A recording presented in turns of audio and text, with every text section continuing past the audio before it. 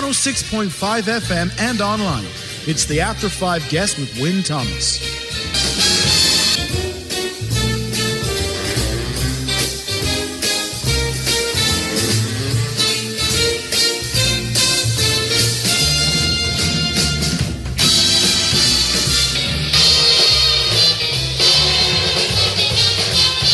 And time now for my After 5 guest. I'm delighted to be joined from Square Halo, Dimitris Loukas. Dimitris, thanks for coming this afternoon. Thank you very, very much for inviting me onto your show, Wynn. Thank you. I genuinely appreciate it. Thank you. No problem at all. So the single is Whisper to Me Again. It is. Trayvon. Is it Trayvon? Yes. Thank you. It's okay. It's a difficult... Well, it's a different group of names, so I wasn't familiar with it, but I call it Trey. It's supposed to be a tongue twister, Dimitris. It can be. But, the Welsh language can be difficult to read as well, so I'm not going to profess to know how to pronounce Welsh words very well. Okay, no problem. We always teach you. Thank you. Okay, so I was saying, when did this all start with Trayvon? Oh, about 6 years ago. 6 years ago it was that I reached out to Trey, and he very kindly offered to work with me on a song to raise awareness of Lyme disease, which is also on the album. This particular song isn't the song about Lyme disease, but the album is called The Lyme Years, and Whisper to Me Again is the lead single. So we worked basically for 6 years remotely over the internet, and it took us a very long time because, as you know, I have Lyme disease, and it's been an extremely challenging time since I contracted the infection.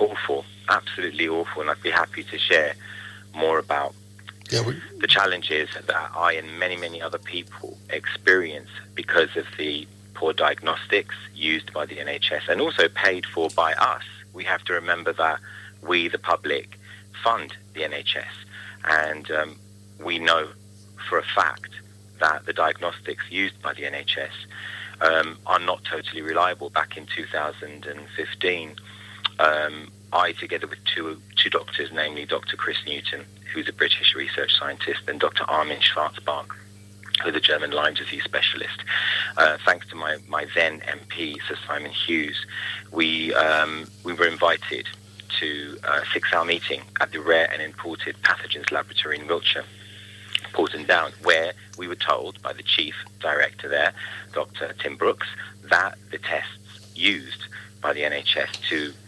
detect Lyme disease were not totally reliable. And nothing has happened since then. Yes, there's been a government review. We attended, we contributed. Myself and Dr. Newton created a survey which was completed by over 1,300 people, British Lyme disease sufferers. We submitted the data, but nothing has happened. Nothing has changed. Okay, let's go back. So, let me interrupt you there. Let's go back to the very beginning, read on this, so listeners know what we're talking about. Yes, of course. You contracted Lyme's disease on a school trip when you were teaching from a tick. Yes, in Oxfordshire. Yes, I was doing my teacher training in Oxfordshire.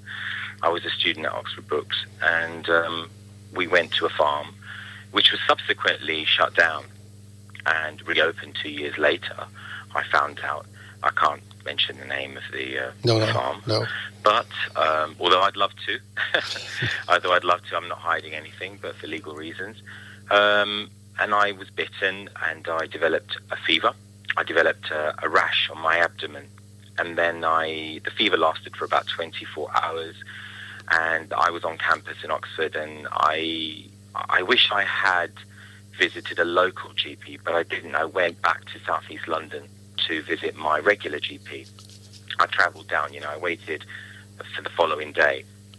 And then by that time the fever had subsided.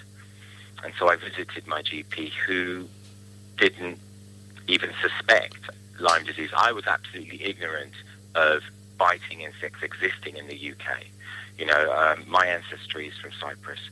So I was familiar with mosquitoes, for example, when I would visit on holiday, And also I was raised in the UK, so I was always under the impression that biting insects were in very hot countries, where there'd be where we'd find malaria, for example. So did you? Illnesses like that. Yeah. So did you? Sorry, again. Did you feel it then? Did you know you had it on you? You know what? The truth is, it bit me on my right calf, and I didn't see it or feel the bite. That's what's so odd. Yeah. And then I remember at some point, and I can't remember because it was back in 2005. That's when the incident happened. I remember noticing a bruise-like lesion on the underside of my calf and on my right calf, and I do remember a bloody puncture point. And I thought to myself, oh, I must have been bitten by a mosquito, and I must have scratched it, just unknowingly scratched it and irritated it. Do you know what I mean? Which can happen with mosquito bites. If you're bitten and it's itching you, you just bite and you scratch it, and then you don't notice that you're doing yourself harm, perhaps, So it wasn't scratching yourself aggressively. So it wasn't still in your skin, was it? I've seen ticks which are still in the skin. I didn't see the tick in this. It must have dropped off. Yeah, because also dogs can get it as well. So you see it's actually sticking in the fur, I didn't see. I just saw the congealed, the coagulated blood point. Right. And then but it was a very strange bruise, because it almost had like an irregular, different coloured circle. But it wasn't circular. I can't say it was circular, but it was kind of circular, spreading outwards.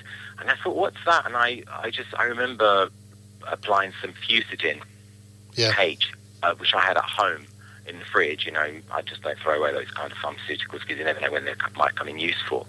And that's how it started. And then from that point onwards, I developed recurrent infections, including Helicobacter pylori. I mean, immediately after the bite, literally days after the bite, because I remember I was still at university when I started experiencing gastrointestinal symptoms, and then I was diagnosed with Helicobacter pylori, and then I developed prostatitis, and the urologist was, the urologist that I was seeing at King's in London was saying, you're too young to be having these symptoms.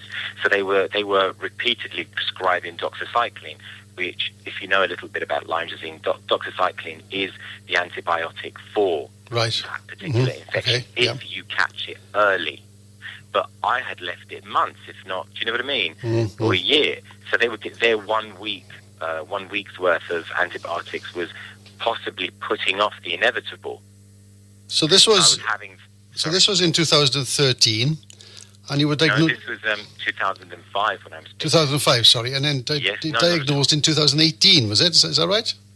Say that once more. I said, so you're saying it happened in 2005, and you were diagnosed in 2018 that you had Lyme's disease? No, 2013. 2013. Yeah, right, okay. Yeah. I was experiencing up until 2000 and I just have to remember now... it was up until 2000. I experienced, basically, I had the recurrent infections, as I said. But anyway, prostatitis and the Helicobacter pylori and sinusitis. So anyway, even if it's many years, you still have suffered those years without any real true diagnosis. Yeah, of course. No. Yeah. I had the recurrent infections, and then it worked its way to my heart. Oh. And then it caused a heart episode and gave me bradycardia and a heart block, which I still have. Wow. And then I was referred, I was going from one hospital consultant to another. It was crazy. It was a very scary time. I ended up having major surgery because they suspected the arrhythmia was being caused by the vagus nerve or overstimulation of the vagus nerve. Something gastric was causing the vagus nerve to slow down my heart. And I went through that procedure. My God, it was awful. And then when I didn't recover, then I ended up having to go to a different doctor. Eventually, I saw a specialist who would be called an electrophysiologist cardiologist, who clinically diagnosed me with Lyme. And then he went against the grain because the blood tests that the NHS use to detect the infection are not totally reliable, and he knew that, and he told me about that. And so he forewarned me. And he told me about blood tests in Germany and America being perhaps more reliable. To cut a long story short, I did get my blood couriered to Germany, thanks to the Well One Clinic in Yorkshire, who he introduced me to this particular Christian charity clinic, God bless them all. And they that laboratory confirmed the diagnosis, and the doctor who runs the laboratory is called Dr. Armin Schwarzbach, who now works with the Fight Lyme Now campaign, who's part of the science-based lobby group, you know? So we're lobbying for change. Yeah, so how are you now then? How do you feel now? Not at all well, if I'm completely honest, and I'm happy to talk about symptoms because we're living in a world where asymptomatic transmission is the news of the day, right? And Lyme disease sufferers are actually very symptomatic. I've recently been told that I have a benign brain tumor, a pituitary adenoma, and which is caused by the inflammation of the pituitary gland, and that is something the German doctor has told me is caused by Lyme disease. Wow. So now I'm on a very heavy drug to try and shrink that tumor, because if I don't treat that, it can make me go blind. Right. So am I upset with what's happened? Of course I am. Yeah, are there many other people like me? Yeah. Yes, there are many, many, many. And it's unfair that the NHS should be inconsistent in their treatment of different infections. We can't have billions of pounds spent on coronavirus. And when we went to the Rare and Imported Pathogens Laboratory back in 2015, and Dr. Tim Brooks told us, we don't have any money, he said. Wow. Well, that's not true. So how is... they've managed to magic up billions for coronavirus, but for Lyme disease sufferers, we got the door shut firmly in our face. And I think that's absolutely unethical and wrong.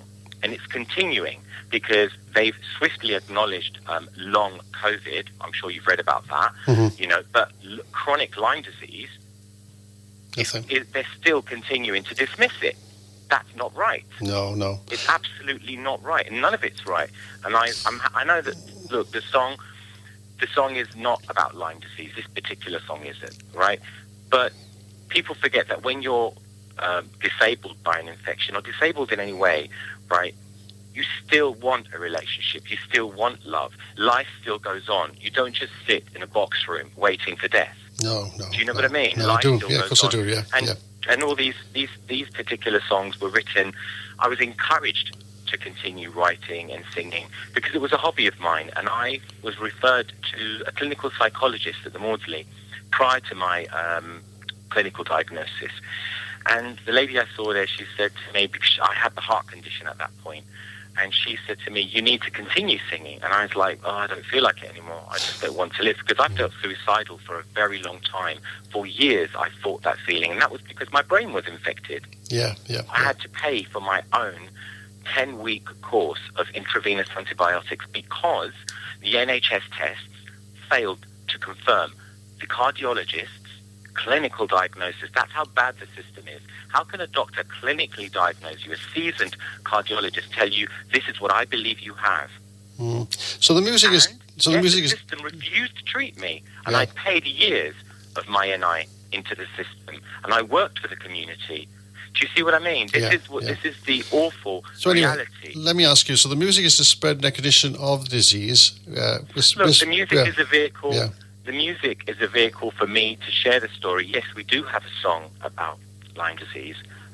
It's very explicit, and I'd be happy to share a pre-release with you, you know? Yeah, we're going to... Whisper to Me Again is a very cool song. Yeah. But it's about heartbreak, and that does happen to people that are sick. People that are unwell still want a relationship, still experience heartache. They still experience life, you know? So it should appeal to everyone, really. If you like the song and you want to support it, please do so, you know? But really, I'm here to talk about the realities of Lyme disease, and it's a really difficult existence at the moment. I'm fighting to regain my health. Well, I've lost so many years. I certainly hope you're going to improve over the years. I mean, you have my deepest sympathies for what you're going through. And thank you. Thank you very much for having me on your show and for wanting to hear me out, you know. Yeah, no problem at all. We'd be happy to come back again and talk about Lyme in greater detail with, you know, Dr. Newton, perhaps.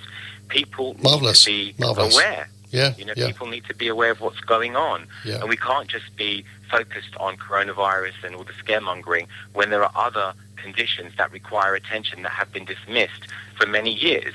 And it's wrong. Public Health England have been completely and utterly hypocritical. Just as we sort of go slowly at a time, can I thank you for being my After Five guest today? You are so welcome. Thank you for having me, Wing. God bless you. And God bless you. And we'll play the single, which is Whisper to Me Again. Here we go.